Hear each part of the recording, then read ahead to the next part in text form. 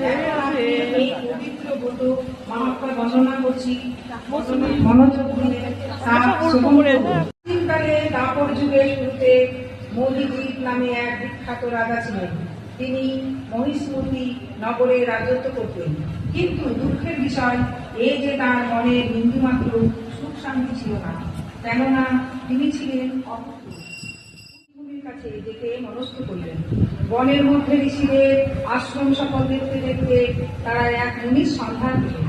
তিনি দীর্ঘায়ু নিরাহারে ঘোর তপস্যায় মগ্ন ছিলেন।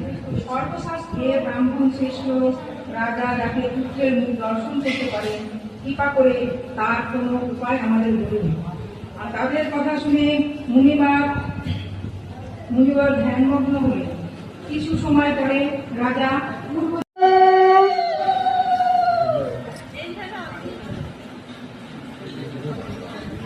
লাস্টে সেটাই পাইনি সময়